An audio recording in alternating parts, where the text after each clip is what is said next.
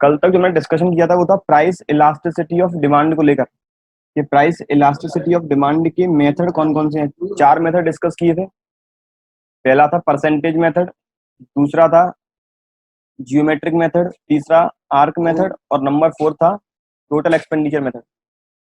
आज डिस्कस करने वाले हैं इलास्टिसिटी ऑफ डिमांड का टाइप नंबर सेकंड,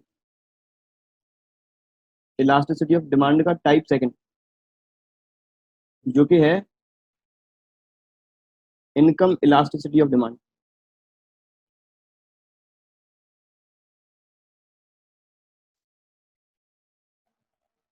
या फिर मैं कह सकता हूँ जो प्राइस इलास्टिसिटी ऑफ डिमांड है वो था कि जब डिमांड चेंज होती है ओन गुड की प्राइस की वजह से, जब डिमांड चेंज होगी due to price of own good. Income elasticity of demand के अंदर जब डिमांड चेंज होगी, डिमांड चेंजेस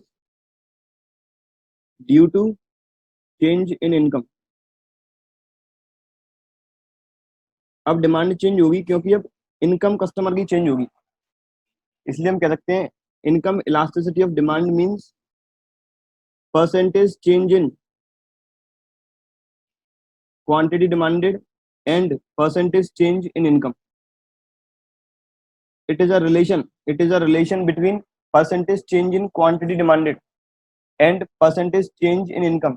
कि यदि आज कस्टमर की इनकम चेंज होती है तो इनकम चेंज होने की वजह से उसकी अभी तक जो भी एग्जिस्टिंग क्वांटिटी डिमांडेड थी, अब उस एग्जिस्टिंग क्वांटिटी डिमांडेड पर क्या इंपैक्ट आएगा, वो होता है इनकम इलास्टिसिटी ऑफ डिमांड। दो अलग अलग गुड के कॉन्टेक्स्ट में पढ़ेंगे। एक तो बात करूंगा नॉर्मल गुड के कॉन्टेक्स्ट में, एक बात करेंगे फिर इनफीरियर गुड के कॉन्टेक्स्ट में।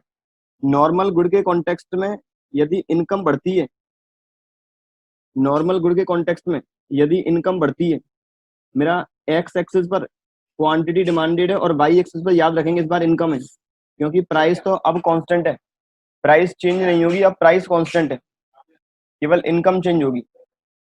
जब कस्टमर की इनकम थी इस पॉइंट तक, ओके तक, तब कस्टमर की डिमांड है ओ क्यू।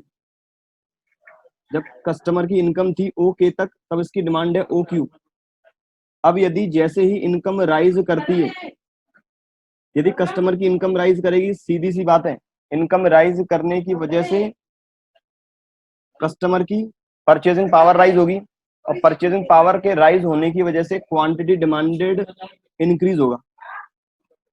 तो इसका मतलब नॉर्मल गुड के केस में जो अपना डिमांड कब बनेगा वो बनेगा अपवर्ड स्लोपिंग। नॉर्मल गुड के केस में डिमांड कब बनेगा वो बनेगा अपवर्ड स्लोपिंग।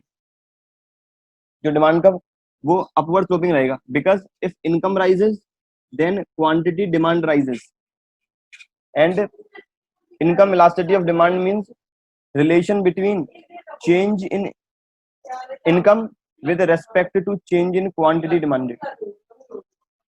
यदि कस्टमर की इनकम चेंज होगी तो क्वांटिटी डिमांडेड में क्या चेंज आएगा। लेकिन अब बात करें इन्फीरियर गुड की, ये तो बात की नॉर्मल गुड की, अब बात करें इन्फीरियर गुड की। इन्फीरियर गुड के केस में यदि आज कस्टमर की इनकम बढ़ती है, यदि कस्टमर की इनकम बढ़ती है तो अब उसका जो डिमांड कब है, डिमांड चेंज नहीं होगी। कस्टमर की यदि इनकम बढ़ेगी तो डिमांड इंक्रीज नहीं होगी, क्योंकि कस्टमर अब सुपीरियर गुड की डिमांड राइज करेगा, इन्फीरियर गुड की डिमांड होगी डिक्रीज। तो मतलब अब डिमांड का कुछ इस तरीके से बनेगा,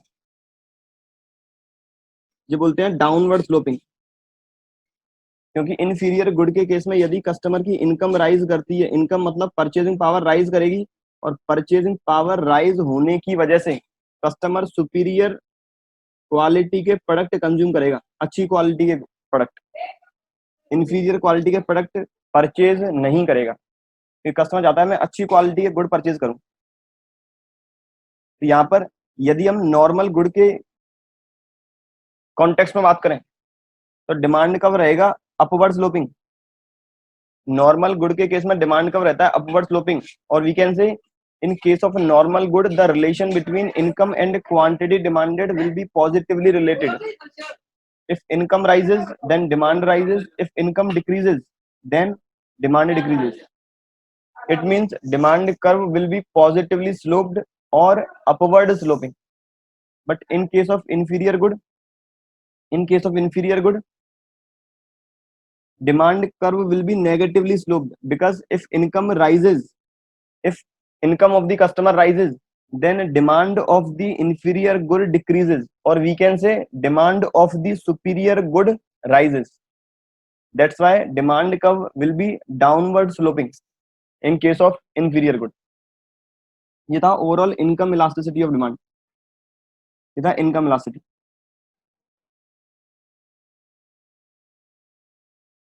अगली बात करें जो टाइप नंबर 3 है. इनकम इलास्टिसिटी के बाद अगला है cross elasticity of demand.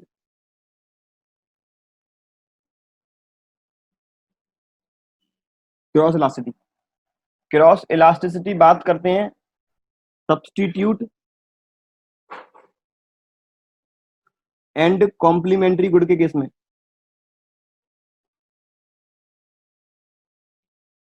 Substitute and complementary good के केस में सब्स्टिट्यूट गुड की डेफिनेशन होती है कि एक गुड की डिमांड या एक गुड की क्वांटिटी डिमांडेड एंड दूसरे गुड की प्राइस में पॉजिटिव रिलेशन होता है.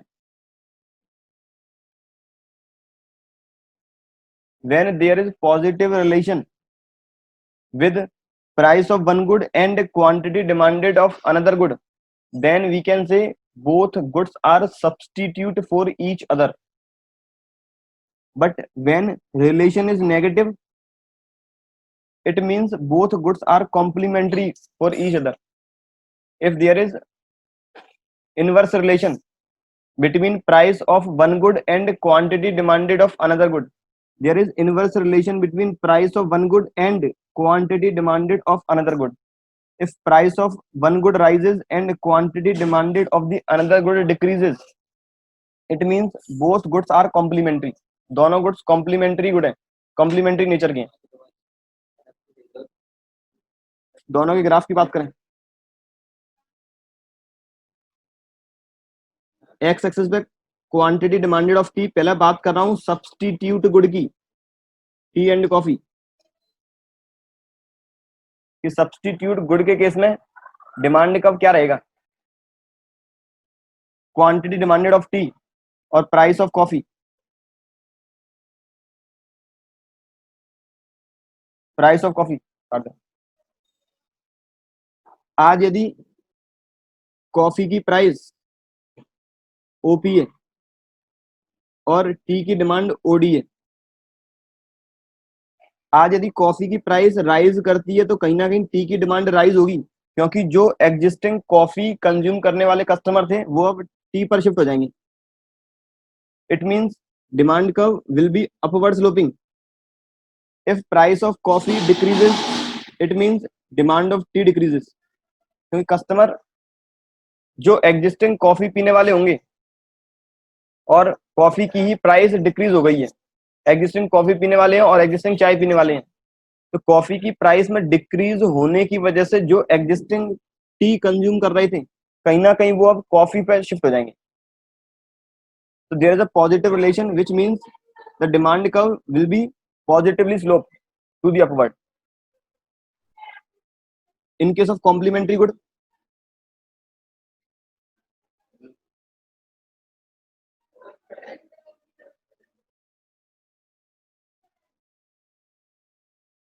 प्राइस ऑफ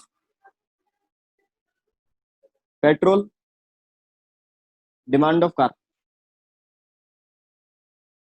आज यदि पेट्रोल की प्राइस राइज होगी तो कार की डिमांड डिक्रीज होगी. ये कॉम्प्लीमेंट्री गुड है दोनों. आज पेट्रोल की प्राइस राइज हो गई, कार की डिमांड कम हो गई, और यदि पेट्रोल की प्राइस डिक्रीज होगी कार की डिमांड बढ़ेगी.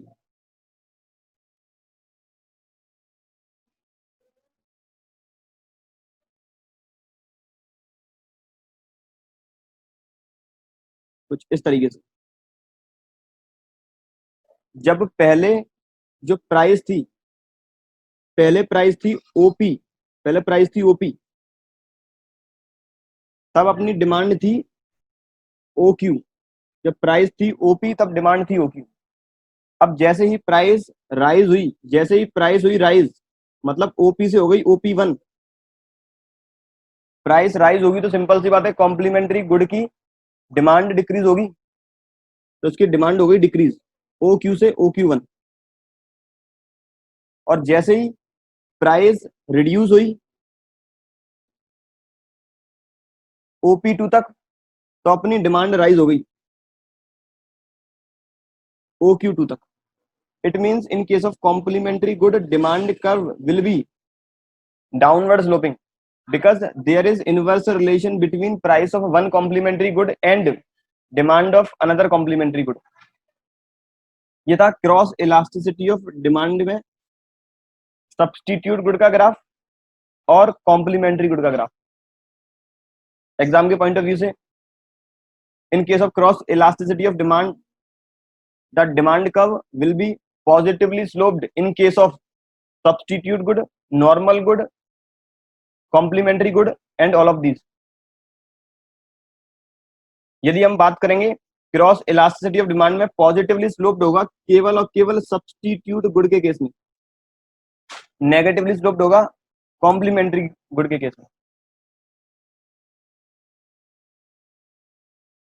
अगला टाइप नंबर 4 जो कि है एडवर्टाइजिंग इलास्टिसिटी।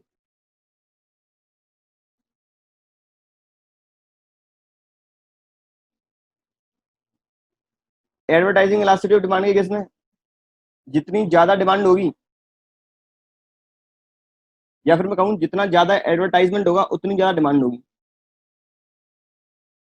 क्योंकि कंपनी का यह भरोसा है कि हम जितना ज्यादा एडवर्टाइजमेंट करेंगे मार्केट के अंदर, कहीं ना कहीं प्रोडक्ट की सेल उतनी ही ज्यादा होगी, उतनी ही ज्यादा कस्टमर डिमांड रेज करेगा। कस्टमर को जितनी ज्यादा एडवर्टाइजमेंट शो करेंगे हम, उतनी ज्यादा डिमांड क्रिएट होगी मार्केट के अंदर। तो अगेन एडवर्टाइजमेंट इलास्टिसिटी में वापस पॉजिटिव रिलेशन है डिमांड और एडवर्टाइजमेंट के बीच में। Advertising elasticity of demand means relation between advertisement cost and quantity demanded। advertisement elasticity of demand means the relation between cost of advertisement and quantity to be purchased। if advertisement cost rises then quantity demanded will rise, if advertisement cost decreases then quantity demanded will decrease। ये थे elasticity of demand के 4 type. अब जो disclosure वो बता दूं मैं,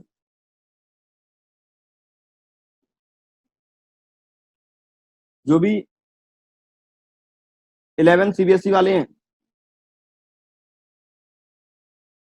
उनके लिए इन तीनों में से इनकम और अपना क्रॉस और एडवर्टाइजिंग, इन तीनों में से कुछ भी नहीं है सिलेबस में। जो भी 12th वाले हैं RBSE वाले, उनके लिए केवल एडवर्टाइजिंग नहीं है, बाकी दोनों है, इनकम भी क्रॉस भी। और जितने भी CA फाउंडेशन वाले होंगे उनके लिए सब कुछ है। तो 11th के लिए जिन्हें ऐसा नहीं है काम नहीं आएगा, काम आगे आएगा, जिन्हें समझना है वो समझ ले, लेकिन ये सिलेबस में नहीं है अपने में, ना इनकम इलास्टिसिटी, ना क्रॉस इलास्टिसिटी, ना एडवर्टाइजिंग इलास्टिसिटी।